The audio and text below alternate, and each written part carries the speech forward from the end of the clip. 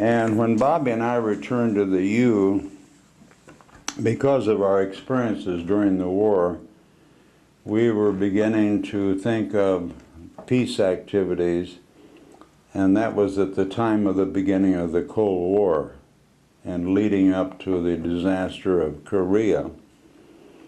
And we became active as students. I recall once we marched in a student parade against renewing the draft.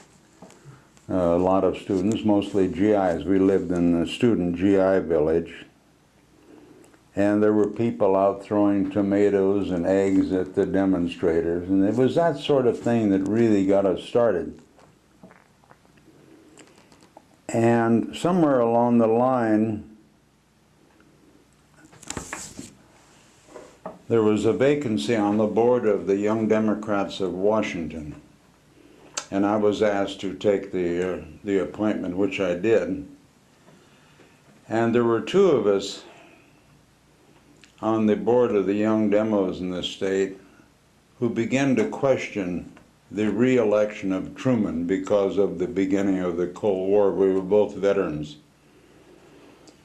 And finally it came to a point of, we were told that either you sign a loyalty oath to Truman's re-election for a second term or we're going to kick your ass out, which they did.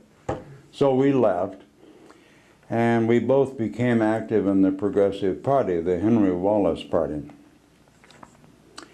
I started out as chair of the Union Bay Village, which was the veterans village at the U. I chaired the Young Progressives there, and then King County, and finally chaired the state Young Progressives, and went to the 1948 convention in Philadelphia.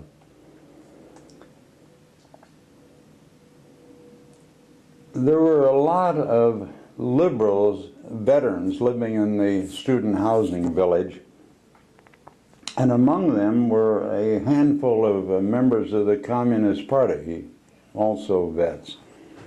And I got acquainted with them, and that was an interesting move because I didn't pick up any of my socialist philosophy out of my political science department. I don't think I ever met any more than a mildly liberal political science prof out at the U.